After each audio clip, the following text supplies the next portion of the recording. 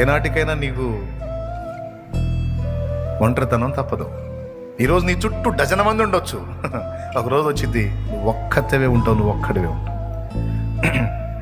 ఆనాడు నీ పక్కన నిలబడేది ఏ నరుడు కాదు కానీ యేసయ్య ఒక్కడే. ఎవరు? యేసయ్య ఒక్కడే. ఈ లోకాన్ని నువ్వు వదిలిపెట్టిన తర్వాత నీ ప్రక్కకు చేరతాడు యేసయ్య.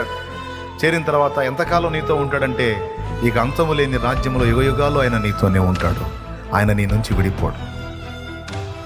అది ఎప్పుడో చచ్చిపోయాక చూద్దాంలే అని మీరు అంటారేమో. భూమి మీద బతికుండగానే ఆయన కంటికి మరుగై మన కళ్ళకి ఆయన మరుగై ఉండగానే మనం ఆయనతో సహవాసం చేయటం, ఆయనతో మాట్లాడటం, ఆయనతో సంభాషించటం, ఆయన మీద డిపెండ్ అయి నడవటం అనేది అభ్యాసం చేయడాన్నే ప్రార్థన అన్నారు.